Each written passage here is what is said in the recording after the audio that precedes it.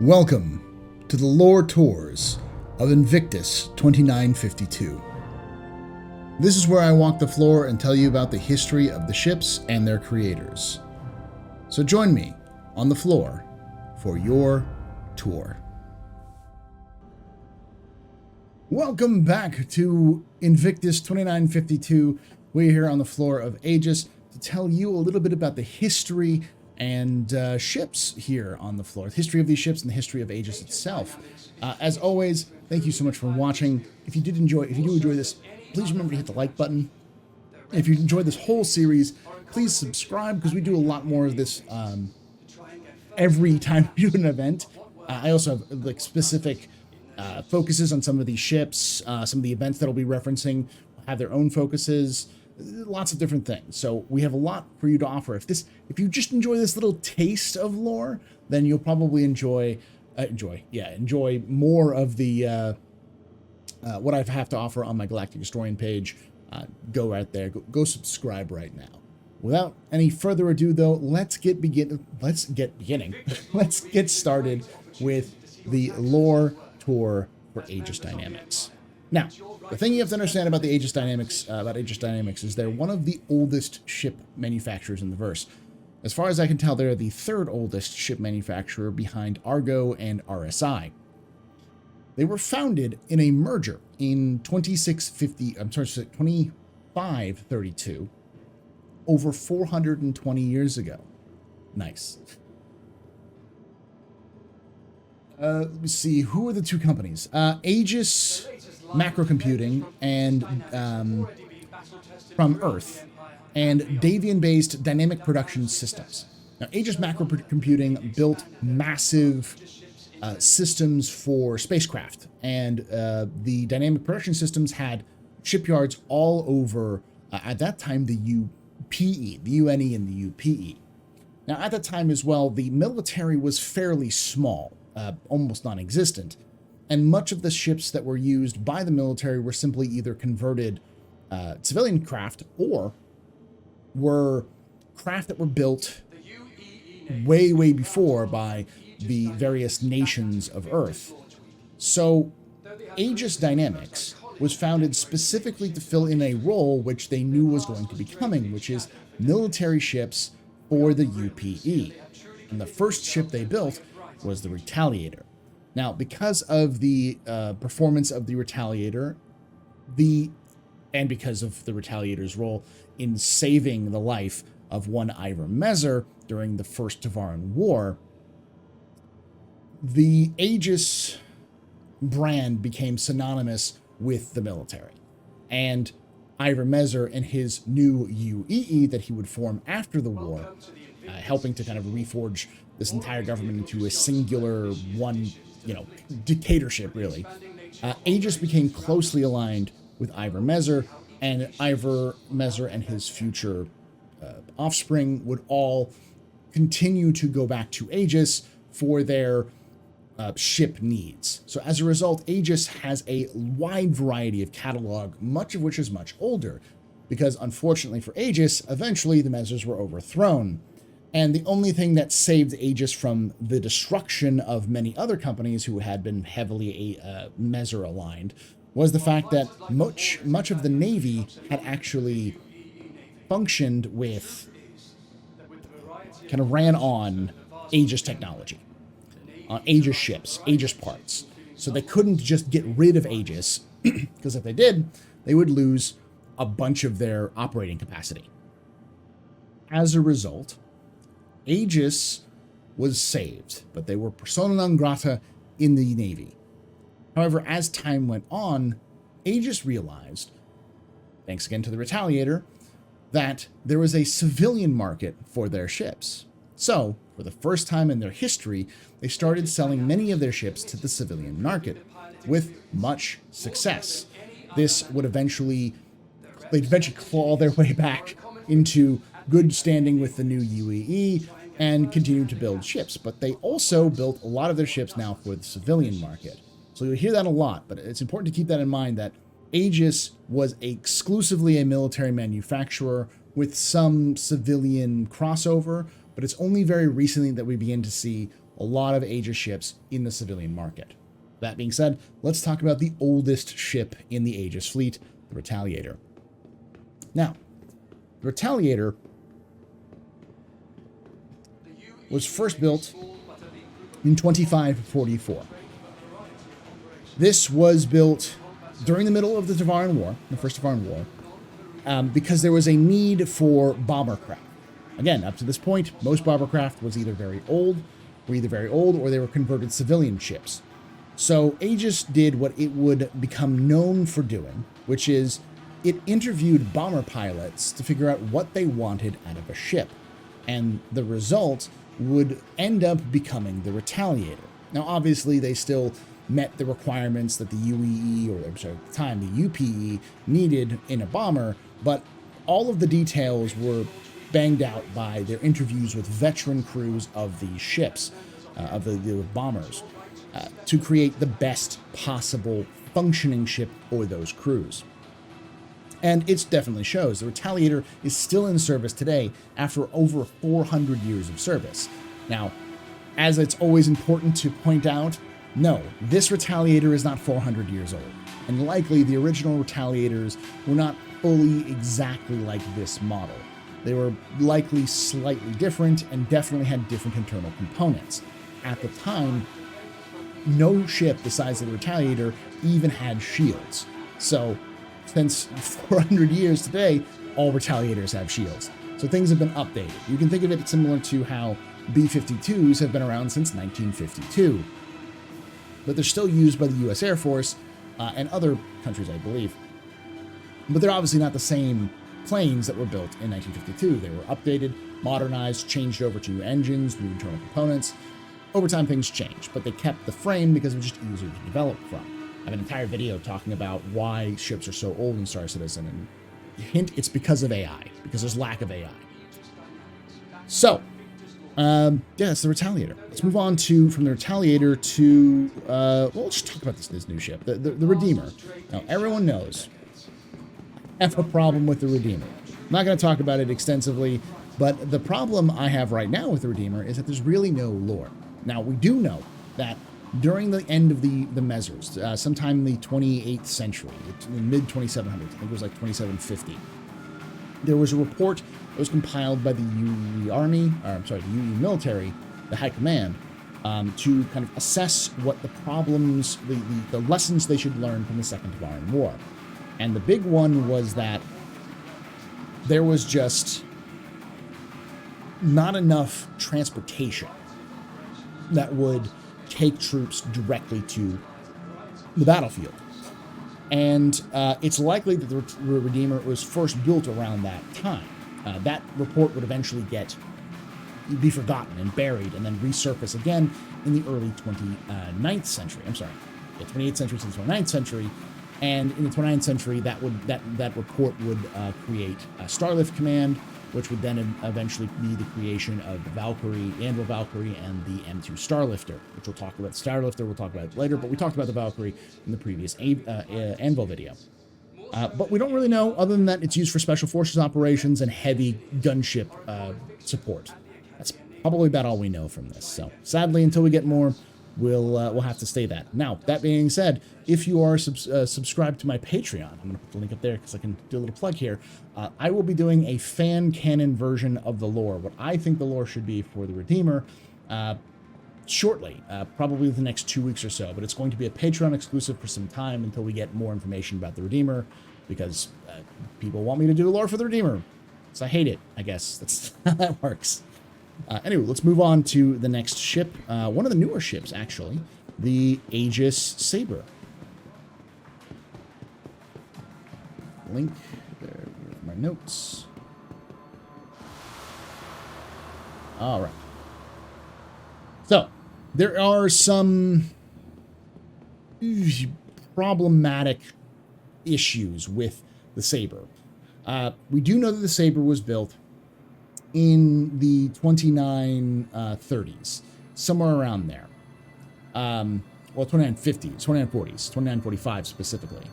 But we also know that it was part of a competition that has the exact same name from 20 years earlier. which was the next generation fighter competition.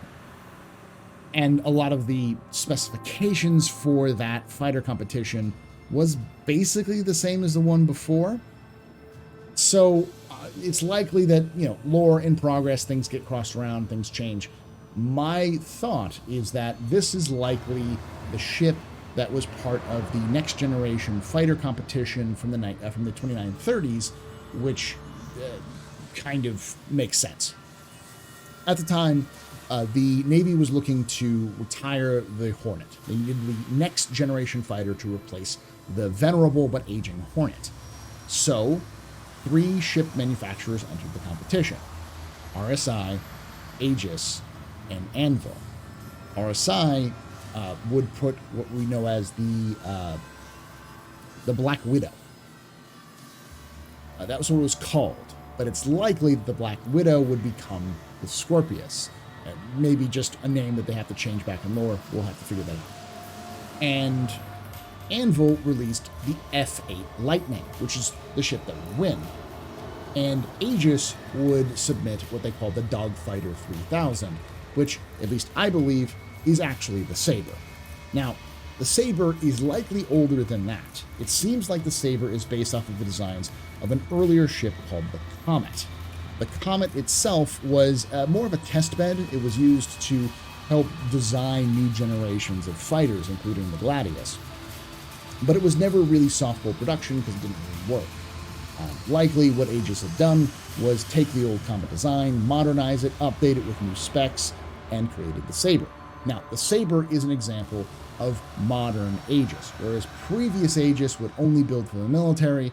They entered the Sabre to the competition and didn't even wait to see the results. They started selling them to the civilian markets right away. We do know that Sabres are in service with the UEE, possibly just with Squadron 42, but it could be with some other specialized forces as well. But they're mostly found with security forces, with private security forces, including people like the Bremen Defense Force, who they gave a lot of these to. Well, that is the Sabre. It is a medium fighter. It is well liked for being a Vanduul hunter. All right, with that, let's move on to the next major ship, which is another Sabre. I'm going to avoid the Hammerhead here. The Sabre Comet. Now, the Sabre Comet is a ship built for what's called the Masters of Flight series. Now, the Masters of Flight series was a combination, a joint effort between the video game Marina Commander and several manufacturers, especially Aegis was the big one. They produced several ships that were in the livery and design of ships that were similar or the same ships of famous pilots, famous aces. In this case, from Kamor Dalyan. Now, Kamor Dalyan was a famous dogfighter who actually fought in the Battle of Idris 4. He was a veteran fighter pilot from the Navy who had fought with, under Ivermezer. When he retired from the Navy, Aegis hired him on as a advisor, and Kamor Dalyan would go on to help test the Comet, which prototype for the Sabre, as well as other ships. And a lot of his ideas and designs would change how flight is how kind of fighter ships are designed today. It's important to note that fighter ships before Dalyan were effectively just rocket ships, rockets with guns and maybe some wings, and they never had shields. But post-Tavaran War, humanity had managed to get their hands on smaller fighters from the Tavaran, which all had shield technology, which was only available on the largest ships of human ships before this. Kamor Dalyan is key to the redesign of fighters, starting with the Gladius, to redesign and rethink how humans build fighters. So instead of rocket ships, they built space planes. And this was important because it would help reflect with the ability for these ships to fight in space and in the atmosphere, which would give them much of a heads up against something like the Vanduul or the Xi'an, who tend to not build aerodynamic designs. So Kamor Dalyan is very key in this rethinking of how we build fighters. And unfortunately, he died in an accident, and as a result, they produced this variant of the Sabre called the Sabre Comet in his honor, which has his livery and his more preferred loadout. So that's the Comet. Now we're going to look at the results of Project Monitor. Project Monitor was a specific request by the High Command on March 2765 that they needed an anti-fighter platform could serve both as a key element of the standard fleet screen and a cost-effective patrol ship to replace the aging Gwyn-class gunship. Project Monitor would eventually become the Hammerhead. Now, there were 6 initial prototypes built by Aegis, with 2 of these actually delivered to the Navy. And over much time, eventually the Navy decided that they would take out the Hammerhead. In its first engagement, it performed well above what it was intended to function as. It served very well as a fleet screen, and would often go on to perform much of the same role with patrolcraft, specifically combined with other ships. Later versions of the Hammerhead would become critical components of Polaris, not Polaris, Perseus? Let's see, actually, I think it's Polaris.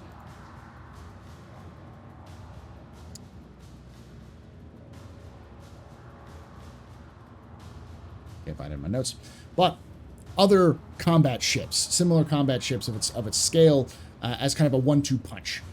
The idea being that if you had several patrol ships working together, they could all fill out the same roles as a much larger ship with much less crew requirements. And thus the Hammerhead was born. Now, the Flight 1 had some problems with its sensors, so it had to be updated to the Flight 2s. The Flight 2s also had some similar issues, which have been updated to the Flight 3s and Flight 4s. Several of these Hammerheads have also ended up in civilian service. One that's famous that I talked about recently in one of my videos, that it actually takes tourists. It removed all the guns from the turrets, and it takes and reinforced those turrets, and takes tourists through like the coronas of stars, and a nebula and other dangerous locations that you can't really go to without military grade shielding, which that ship has. And as part of the militia mobilization initiative, many Hammerheads, especially surplus Hammerheads, began to end up in civilian hands. So, yeah, that's the Hammerhead. With that, let's go talk about some of the other newer, or should I say the older ships in Aegis' line, some of the more iconic ships. Come join us. All right, we are here with the next part of Aegis, a little bit more of their fighter section. We're going to start with the Avenger. Vanguard is next. The Avenger. Now, the Aegis Avenger is important to note because the Avenger was first built in 2760. A 2-seater variant of the Avenger was built during a time when the Xi'an were still a threat to humanity because of the Mezzers, but there was also the rise of the Vanduul. The Vanduul were beginning to seriously create inroads into UEE space. At least 3 systems having been lost to the Vanduul by the time of the creation of the Avenger. So the Avenger was designed as a fleet-based main multi-role ship, but it had to be nimble enough to deal with the Xi'an, but tanky enough to deal with the melee attack ships of the Vanduul. So it ended up being a kind of a middle-of-the-road ship. Not the best, but jack of all trades, but master of none. This meant that it wasn't a explicitly good ship to really function as its role, and it only really served in its role for about 30 years before it would be replaced with the Hornet. This is the ship that would predate the Hornet. The Hornet would then replace this. So while it never really did well with naval service, it did end up becoming quite important because you could modify the Avenger pretty easily. And so many of these Avengers would be picked up by the advocacy and modified for this. Let me show you for a specific reason. Let's say this is a typical advocacy. The Stalker is the baseline version for the advocacy. A pretty normal thing. You have a ladder entrance right here. One single seat up there. They modified these ships so they removed the secondary seat. There's still some Vanguard, or sorry, I keep saying that, Avengers with 2 seats, which are used for training operations by the Navy. It's pretty much the only official military Avengers that still exist.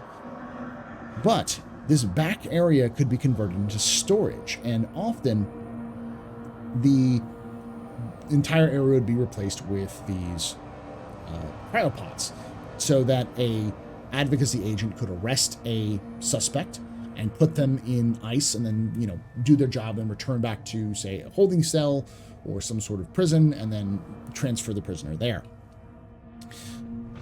They also removed the secondary seat so they could put in a bed and some storage. So there's a lot of space internally to modify, and this allowed for long-range kind of making a ship their home, which was very key for advocacy agents who would often be long distances away from any kind of civilized space. So they needed someplace where they could store their stuff and sleep.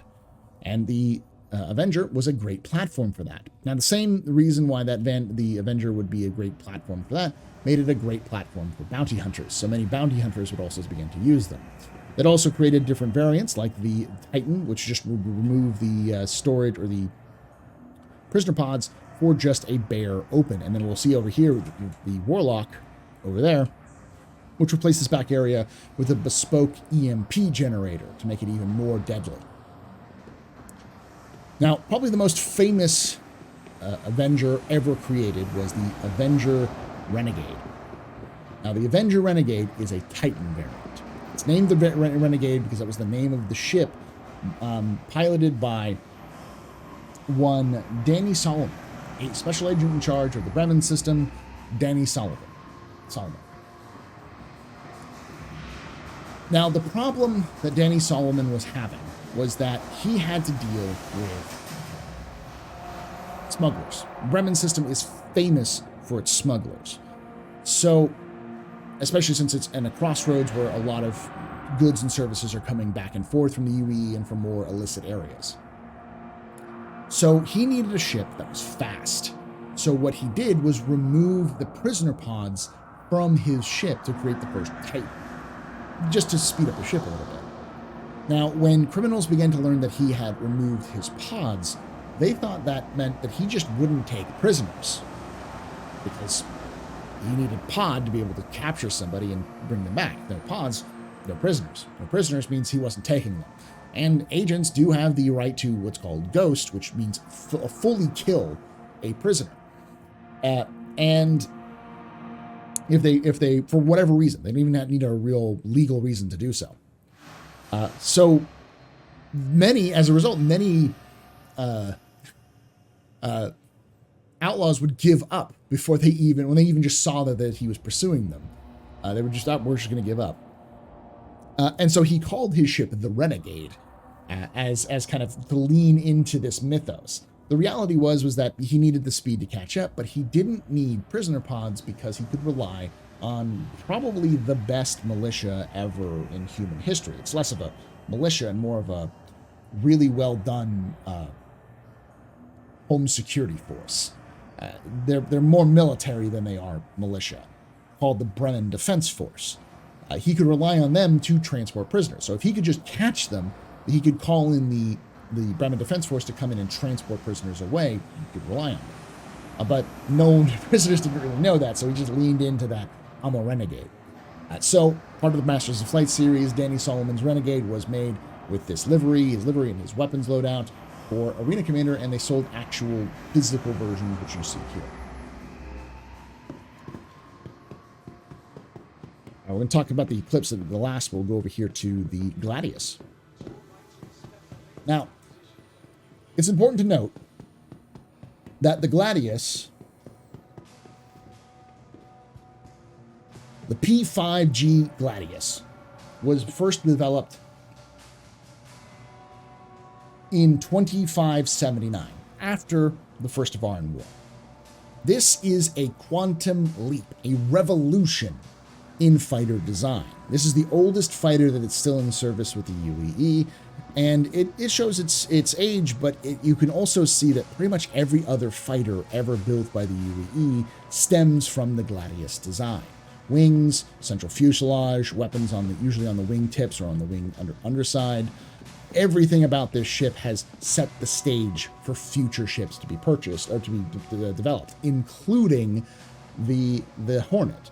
And because the Gladius is so important in that, you can think that any early carriers were built around carrying Gladiuses. And because early carriers were built around carrying Gladiuses, all future carriers were also built to the same specifications, which meant all fighters had to match the dimensions of a Gladius, which is the reason why, for instance, the Idris is designed to carry Gladiuses. And pretty much anything else has to be designed to fit in an Idris. You can see where I'm going with this. Now, this was developed with cooperation with a group called the 34th Squadron, I believe, one of the 30 squadrons, who specifically were the first squadron to receive Gladiuses. At the time, light fighters had a bad reputation. Thanks to the fall of the Olympus, which is an entire story I'm not going to get into for too long, light fighters had become kind of a propaganda tool. The generation of fighters that the Gladius replaced were called the Stilettos. And they were little more than what we see today in terms of space capsules with like 50 caliber machine guns stuck to them. That's pretty much all they were. Some maneuvering thrusters and rockets. But they did fairly well in a desperate last stand to help save the stricken crew of the Olympus. The last stand of the combat air patrol of the Olympus, of the Stiletto fighters, became legendary as the black box recordings came back to the UEE. So leading into that, the 34th Squadron did their best to use the Gladius and come up with new techniques for the Gladius. Because again, before this, fighters were not really seen in high regard by most military officials, especially since most fighters didn't have shields before the First Varan War, so they couldn't be relied on to survive long in a dogfight, especially against ships like the Talon, which do have shields and had them from the very beginning. So they develop these new techniques, and these new techniques become incredibly effective against the targets they're trying to attack. And they would go on to develop the first techniques to tackle the Vandul, and Vandul scythes were designed to be fought with Gladiuses, which was called the leap and roll. I think the leap and go maneuver with two Gladiuses taking on one scythe. But this one specifically is called the Valiant. It's another Masters of Flight series ship, and this one is to honor Condi Hillard. Now, Condi Hillard is a private security. She found a Gladius in a junk heap, fixed it up, and joined a group called Orion Defense Protection, which was a private military group that operated in the Orion system, which is the ODP over here. And that's their symbol. And as a result, she was one of the first to be on the front lines with the Vandul. Now, when the Vandul originally attacked Orion, it was the first place they attacked, the UE Navy was still a ways away from pulling up its fleet. And in the meantime, they needed to kind of secure the system where they could. So ODP was contracted to set up bases and begin to patrol regions of Orion that weren't nearly as patrolled. And one of these bases was where Condi Hillard was stationed. Her and her flight were doing a routine patrol of the region when they were turning back because they were running out of fuel, and they slipped in right behind several Vandul scythes that were about to hit their base. So one slipped into her sights. Without thinking, she pulled the trigger and destroyed it. making her the first human to ever shoot down a Tavaran, possibly the first human to ever kill a Tavaran. And the rest of her flight managed to chase off the Scythes and return back to base. But because of this status as being the first human ever to take down a Tavaran, they gave her livery and her weapons loadout, which is set up here as part of the Masters of Flight series. All right, lastly, we're going to talk about the Eclipse. Now, the Eclipse, it was built in 2930. It's a very new ship and was only very recently declassified. Now, originally, the Eclipse was built specifically for Imperator Coley. Now, Coley was Imperator during the 2930s. 2930s was a time of peace. The Xi'an and humanity were at peace. But Coley, likely a centralist, was wary of the Xi'an. So they authorized the production of Project Eclipse, which was a stealth bomber, a first strike ship to attack the Xi'an if things got bad. So the Eclipse was developed eventually after Coley was left office. The next Imperator decided that they were going to possibly cancel the program, but the UE Navy realized that this program could also be used effectively against the Vanduul. So the project continued. Now, after the project was finished, this was used many times against targets. Specifically, went to service in 2932, and its first flight was in Operation Lighthammer. It participated in numerous stealth and tactical bombing operations over the years, primarily for defensive measures performed by the UE Navy. It was declassified fairly recently because of the Historical Truth Act and the Militia Mobilization Initiative. So in 2947, surplus Eclipses began to flood the market, as well as Aegis was allowed to produce civilian models of the Eclipse for militia forces, which is why we have the option to use the Eclipse today. This is a very dangerous ship to be on the wrong side of. It will not be showing up on your sensors. You will only hear a weapons lock or a missile warning, and by that time you're probably already dead. These are very, very good ships, but they're very, very, very niche. They're stealth bombers. So, great little ships, though. All right, with that, let's go talk about the Marines' favorite ship, the Vanguard. All right, here we are in the Vanguard section of the wing. Now, the Vanguard is important because of its timing. The Vanguard was first built in 2737. This is only about a year after the last major attack at the time. The third major system, second and third major system, fell to the Vanduul. At this point, the UE Navy and the High Command really knew that the Vanduul were the problem. The Xi'an were a problem, but the Vanduul was the immediate threat. So they needed a ship to combat the immediate threat, something that was tanky, heavy, hard-hitting, and could go long ranges, especially in the places where the Navy couldn't cover them. So the Vanguard Harbinger was built. This is a long-range fighter. Now, while they were building this, they had flexibility in mind, because they didn't want to build ships that were filling many roles, but one ship that could fill. They didn't want to build many ships for individual roles. They wanted to build one ship that could fill many roles because they needed these fast. So Aegis created what they called the battlefield upgrade kits. Simple swaps of tech that could allow them to turn one Vanguard into another Vanguard fairly quickly with only a couple of hours and the right tools, especially in rugged conditions. So if you look here at the Vanguard, the Harbinger here, you have got some nose-mounted guns and a major kind of size 4 cannons in the back, plus the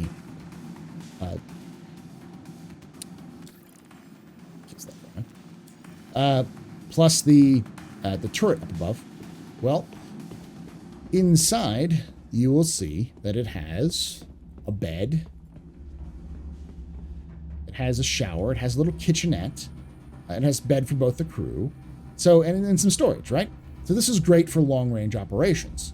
Well, if you didn't need that, if say you wanted more firepower, say you wanted torpedoes, or you wanted some e-warfare capabilities, or you wanted to deliver troops, underneath here, you have this system here. This entire area will open up, and that module we see up there will slot out, because it's just basically a box. It will slot out, and then another one will be slotted in. So these different modular versions of the Vanguard are also known as the Vanguard Sentinel, the Harbinger, and the Hoplite. This is the Harbinger, which is the missile version of the Vanguard. Inside, instead of having the bed and accommodations, it has torpedoes, size 5 torpedoes, to allow it to hit pretty hard targets at a range. Then over here, we have the Hoplite, which holds up to 6 troops, swaps out the middle section for a troop transport, which can carry 6 troops plus their weapons straight to the battlefield, all while maintaining the weapons loadout of all of the other Vanguards. They'll have the exact same weapons loadout, except for, say, the Harbinger, which also has its torpedoes. Then over here we have the Sentinel. Now, the Sentinel is a e-warfare variant, which is designed for seed and wild weasel operations to go in and disable anti-aircraft strikes, go in and make an area safe. Again, swap that out for that. It's kind of an augmented reality e-warfare suite is what it has on top of it. But again, still all the same loadouts. As a result of this, the Marines actually really, really enjoy this ship because it's flexible. It can be parked pretty much anywhere in rugged conditions and easily swap out the bays for whatever mission-specific thing they need. In reality, Marines would only need Vanguards to run any operation. So a typical Marine operation, up until very recently, may have included a couple of Sentinels to go in and take care of anti-air targets and other threats in the system to reduce the threats of the follow-up Harbingers and Wardens, Harbingers would take on harder targets, Wardens would take care of the air assets, and the Hoplites would then deliver troops to an operation area. The troops would then do their mission, return back to the Hoplite, and then the whole flight would leave out, all with the same space frame. The exact same space frame with just some modular part swaps. So the Marines love this thing. And it's done pretty well. Very effective against the Van Duel and very effective as further long-range usage. In some cases, almost as long-range as, say, their bomber options, which can likely outstrip things like the Hornet or the Gladius pretty easily in terms of its range. So these are effective and highly valued parts of the UE Navy and Marines. With that, let's look at the other ships which aren't quite in game yet, but definitely do have their spot in the lore. All right, let's look at the other ships which aren't quite in game yet. Starting with the Vulcan. Now, the Vulcan was first produced fairly middle of the Meser era, 2700s, where the Navy realized shortly after the Second Tavaran War that one of the biggest problems that they had was logistics. It was just very difficult to supply and maintain a Navy the size of the UE Navy, even the Marines. They didn't really have any dedicated logistics ships. They'd often have to rely on civilian ships, which were converted for military use. And they weren't obviously built with logistics in mind, repairing, rearming, refueling, those sorts of things. So the Navy went to Aegis, who then built the Vulcan. Now, at the same time, let me look up the actual name of the organization. It's very important to understand this one. Welcome to the Invictus ship. All of these vehicles you see on display are this year's additions to the fleet. With the expanding nature of operations throughout the systems, I hope to see how each of these ships will help defend the Empire. Go deep into my archives for this one.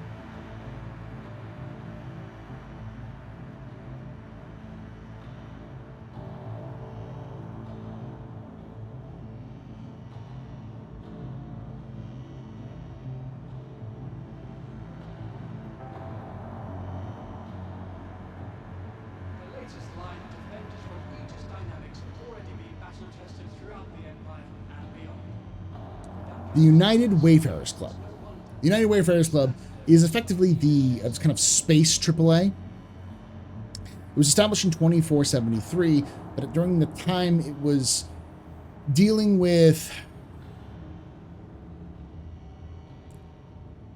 rugged conditions. They were basically using civilian converted ships to do jobs they were never designed to.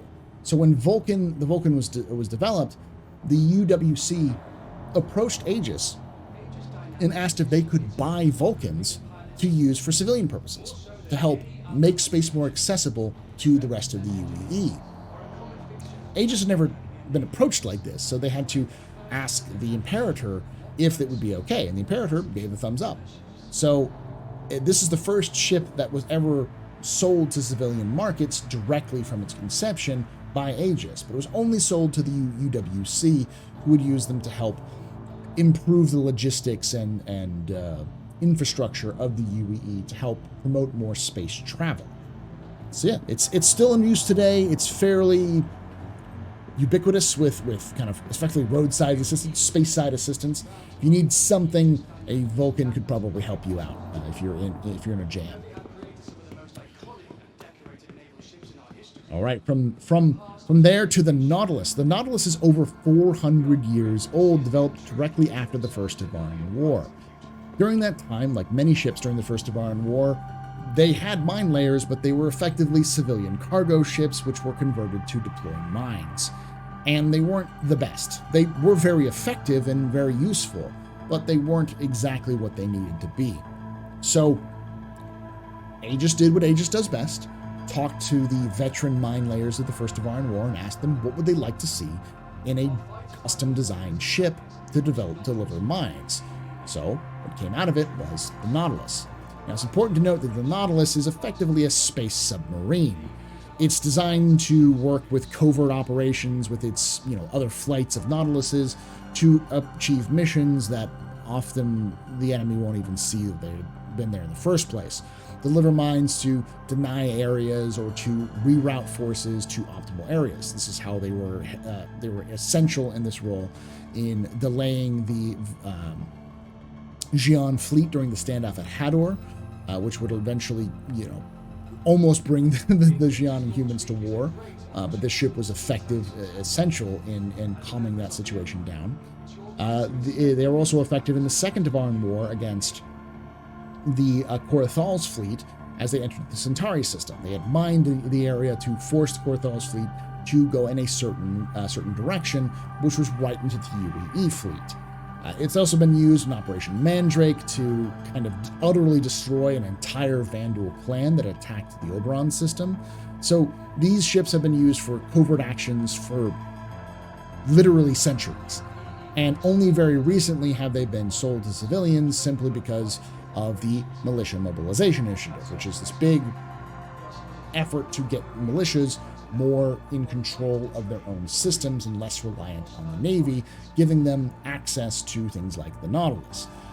So the Nautilus has been updated over time and includes its own drones for disarming mines as well as delivering the mines to help kind of remove the threats of old mines that have been left over from, say, the Xi'an human Cold War. Much of the Perry Line was mined by these very vessels to slow down Xi'an advances in the future.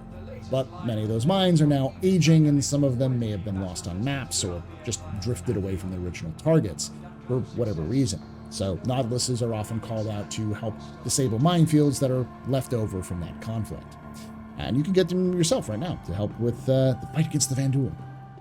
Those are the ships of Aegis here on the floor of Invictus 2952. Tell me what you think. Do you like these ships? What is your favorite ship? Tell me down in the comments below. Remember, like, subscribe, and spread the word. Tell your friends about these. Tell your organizations about these. If you like these sorts of things, these help, I think, give you a nice little chunk. I mean, they are like an hour long sometimes. They give you a nice small chunk in the idea of how all of these ships and these events are connected together to form the larger tapestry of the Star Citizen verse. Thank you for watching, and like I say every time, hope to see you someday in the black. And remember, Ex Historia and Astra.